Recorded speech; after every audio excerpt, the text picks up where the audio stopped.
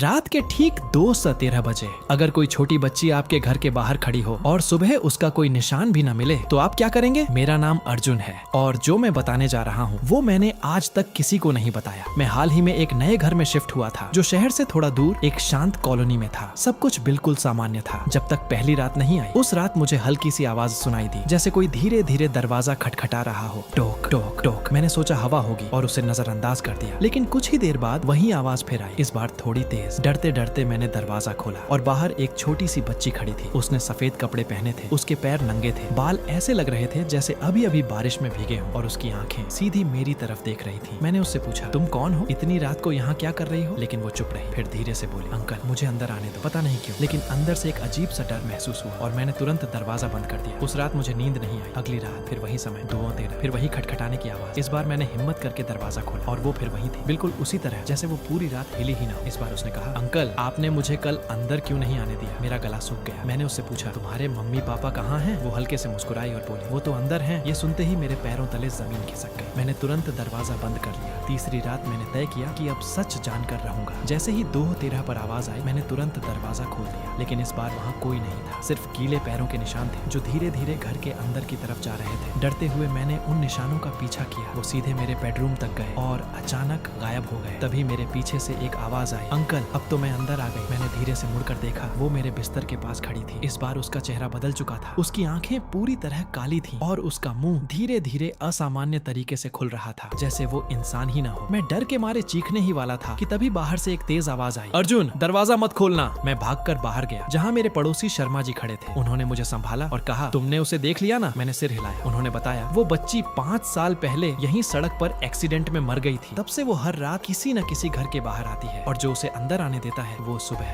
कभी नहीं दिखता। मेरे हाथ कांपने लगे। मैंने डरते हुए पूछा, और अगर वो खुद अंदर आ जाए तो? शर्मा जी कुछ देर चुप रहे, फिर बोले, तब वो कभी जाती नहीं। उस रात के बाद मैंने वो घर छोड़ दिया। सब कुछ छोड़कर मैं वहाँ से चला गया। लेकिन कहानी यहीं खत्म नहीं हुई। कल रात ठीक 2:13 बजे मेरे नए घर के दरवाजे पर फिर वही आवाज आई, टोक टोक, और एक धीमी आवाज आई, अंकल इस बार तो दरवाजा खोल दो। कभी कभी कुछ चीजें सिर्फ जगह नहीं बदलती, वो आपको ढूंढ लेती हैं और हमेशा आपके साथ रह जाती हैं।